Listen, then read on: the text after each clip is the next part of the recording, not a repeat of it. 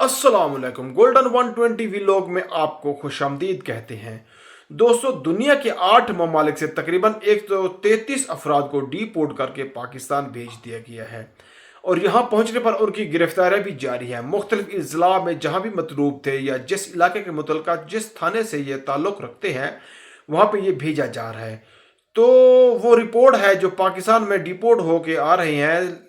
लेकिन यहाँ पे एक और खबर भी सुन लीजिए, और ये है कि तकरीबन 86 अफराद को कराची एयरपोर्ट पे ऑफलोड कर दिया गया, जिसके अंदर स्टूडेंट वीज़ा वाले भी थे और सऊदी अरब के वर्क वीज़ा होल्डर भी थे, जिनको कराची एयरपोर्ट पर जाने से रोक दिया गया है। बहुत सारे उम्रा ज़ायरीन भी थे, तकरीबन 30 बताए जाते हैं उसके अंदर शामिल थे, और उन तमाम लोगों को जाने से रोक दिया गया। आखिर क्यों, वजह क्या है? तो वजह जनाब अली ये है कि वो तमाम लोग थे जिनकी डॉक्यूमेंटेशन, जिनके सफरी दस्तावेजात में कोई ना कोई खामी थी, किसी की कोई चीज़ जाली थी, किसी के पास खर्चा नहीं था, और किसी के पास जनाब अली कोई ऐसी शक की वजह थी या इमिग्रेशन में इसके मामलात थे कि उन लोगों को सफ़र नहीं करने दिया गया। पहले तो वो जो डिपोर्ट होके आ रही हैं तो वो भी आप सुन लें कि जो पहले निज़ाम होता था डिपोर्ट होके और यहाँ आके घर मज़े को करो, अब ये नहीं है। ये भीख मांगने वाले, ये जुर्म वहाँ पे संगीन जुर्म करने वाले जहाँ पे आएंगे तो पकड़े जाएंगे, और उनको मेरा ख्याल है पाकिस्तान के अंदर भी चंद साल की सज़ा होगी और उनके जुर्म के एतबार से। लेकिन उसके साथ ये जो पाकिस्तान से जा रहे हैं वो भी नहीं जा पाए। 7 अफराद जिनके पास स्टूडेंट वीज़े थे मुख्तलिफ यूरोपीय और एशियाई ममालिक के, उन लोगों को सफ़र नहीं करने दिया गया।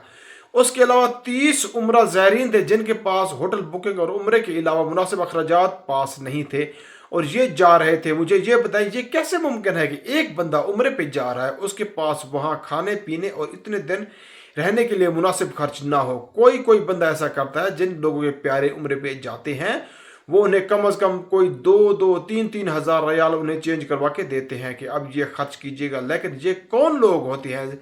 ज़्यादातर जिनके पास पैसे नहीं हैं उनका ये टिकट लो, रिहाइश भी नहीं, वहाँ पे पहुँचो, वहाँ जाके मांगना शुरू करो।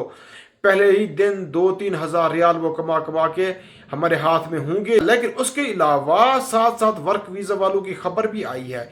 सऊदी अरब जाने वाले वर्क वीज़ा होल्डर को रोक दिया गया। वैसे तो overall Saudi Arab, Azerbaijan, Oman, Malawi, Congo, Bahrain, Malaysia, Indonesia, जनूबी अफ्रीका, थाईलैंड, तुर्की, जिम्बाब्वे, उनके टूरिस्ट वीज़ा होल्डर को भी रोका गया है। सऊदी अरब का टूरिस्ट वीज़ा था यानी विजिट वीज़ा, उस पर भी उन मुल्कों से ताल्लुक़ रखने वाले यानी उधर से जाने वाले टूरिस्ट वीज़ा भी तमाम को रोक दिया गया। सऊदी अरब का जो वर्क वीज़ा होल्डर को रोका गया है उसके अंदर बताया गया है कि ये बंदे इमिग्रेशन सऊदी अरब से डिपोर्ट होके आए हैं, ये उनका स्टेटस आ रहा था, लेकिन उनको दोबारा नहीं जाने दिया गया।